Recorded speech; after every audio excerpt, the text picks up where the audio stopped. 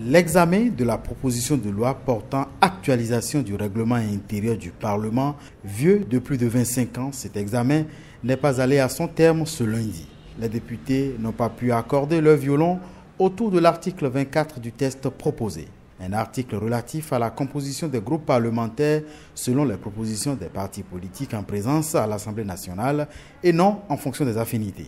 Même si les députés dans leur ensemble ont jugé le nouveau texte considéré comme l'aboutissement de deux processus datant de plusieurs décennies et en phase avec la finalité du plan de modernisation de l'institution, le Parlement a souhaité obtenir encore du temps pour proposer un article plus consensuel. Les travaux de la plénière se sont alors poursuivis avec l'examen du second point inscrit à l'ordre du jour, celui relatif à la clôture de la première session ordinaire de l'Assemblée nationale au titre de 2020.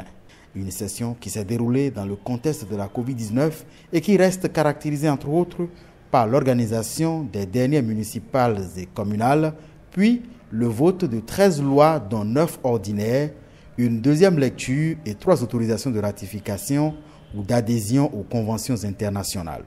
Le Parlement a également mené beaucoup d'autres activités, même si l'institution qualifie de relativement faible sa production législative de la session qui arrive à son terme.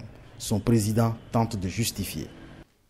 Il vous souviendra que cette première session ordinaire de l'année 2020 a été ouverte dans un contexte politique marqué par l'organisation des élections communales et municipales du 17 mai 2020.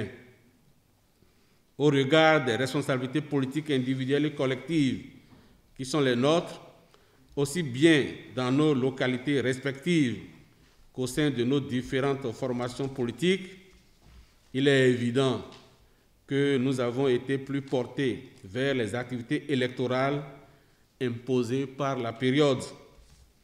D'ailleurs, il ne pouvait en être autrement quand on sait le degré d'implication de chaque député dans le dit processus électoral.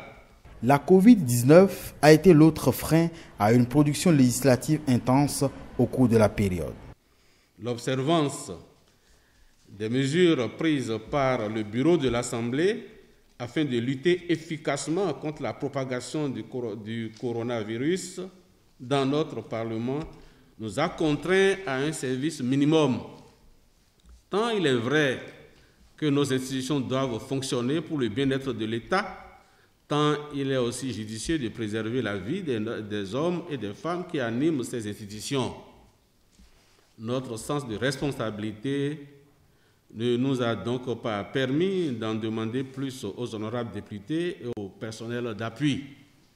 Les députés restent néanmoins persuadés que l'humanité va réussir dans un bref délai à stopper la propagation du virus pour une vie normale.